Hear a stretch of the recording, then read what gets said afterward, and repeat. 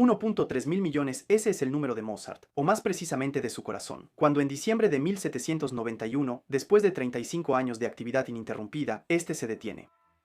35 años de buenos y leales servicios marcando el ritmo sin descanso. 35 años durante los cuales este pequeño músculo, de apenas 300 gramos, realizó aproximadamente 1.300 millones de latidos, un número que en sí mismo no tiene ningún interés, salvo si lo comparamos con el número promedio de latidos realizados por el corazón de un elefante, de un cerdo, de un gato, de un caballo o incluso de un conejo, que todos son extrañamente cercanos en orden de magnitud al del gran compositor. Como si, a pesar de la diversidad de los metrónomos incorporados, hubiera alguna razón para verlos atascarse después de un número dado de latidos. ¿Por qué obtenemos números tan cercanos cuando comparamos especies con esperanzas de vida muy diferentes?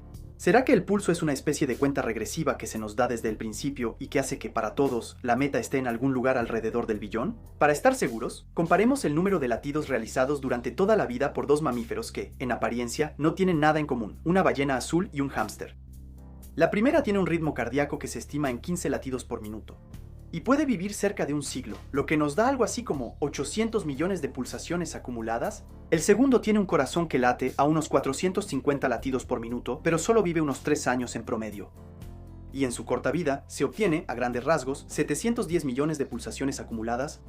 Aunque estos dos mamíferos tienen ritmos bajo la piel muy diferentes, las cantidades de latidos acumulados vuelven a ser sorprendentemente cercanas entre sí. De hecho, podríamos divertirnos haciendo este cálculo para cualquier mamífero. Sin importar su esperanza de vida, su tamaño o el ritmo al que su corazón marca el compás en reposo, siempre llegaríamos a un orden de magnitud cercano al billón. Dime tu pulso y te diré, más o menos, cuánto vas a vivir.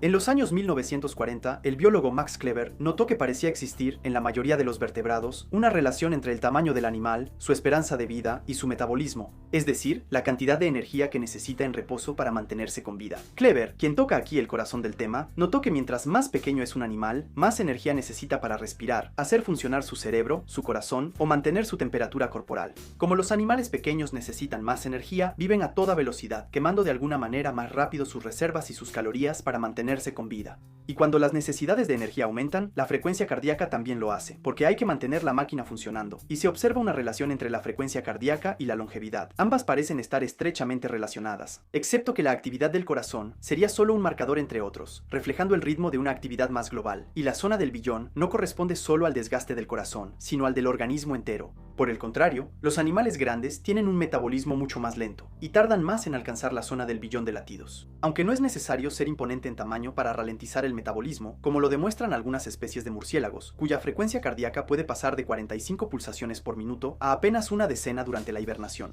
y que pueden llegar a vivir 40 años viviendo así 70 veces más que sus primas que no hibernan. Obviamente, la ley de Kleber no lo explica todo, funciona bastante bien en general para los mamíferos, pero por ejemplo, no explica la diferencia de longevidad entre los roedores y las aves de igual peso, o la diferencia entre los grandes simios, que en su mayoría alcanzan 1 a 1.5 mil millones, y otros mamíferos que, sin embargo, son mucho más pesados. Sapiens también es un poco una excepción en esta historia, a menos que muera en la treintena, como Mozart. Porque en promedio, el hombre moderno no suma 1.000 millones, sino 3.000 millones. Sin embargo, según la ley de Kleber, deberíamos detenernos alrededor de los 30 años. Una esperanza de vida que era en promedio la de los hombres hasta el siglo XVIII, cuando la mejora de la higiene y los avances de la medicina vinieron a cambiar gradualmente la situación. Un poco en silencio y un poco con música, porque se descubrió que los ratones que recibieron trasplantes de corazón sobreviven en promedio 27 días si se les hace escuchar la Traviata de Verdi. Y solo 7 si se les somete al silencio. De hecho, en nosotros, el corazón es sorprendentemente discreto y silencioso. La mayoría del tiempo no lo escuchamos. Trabaja en silencio, con un promedio de 100.000 latidos por día. Intentan dejar de vivir a 100 por hora, pero desde el punto de vista del corazón, ya están a 4.000. En el caso de una vida larga de 39 años como la de Chopin, este pequeño músculo que nunca duerme ha bombeado un volumen de sangre suficiente para llenar hasta la mitad la iglesia de la Madeleine, donde se celebró el funeral del artista. Nadie sabe si Chopin habría apreciado esa imagen, sobre todo porque le retiraron el corazón según sus instrucciones, para colocarlo en un frasco de cristal lleno de coñac, y luego lo pusieron en uno de los pilares de la iglesia de la Santa Cruz en Varsovia. Eso me deja sin palabras.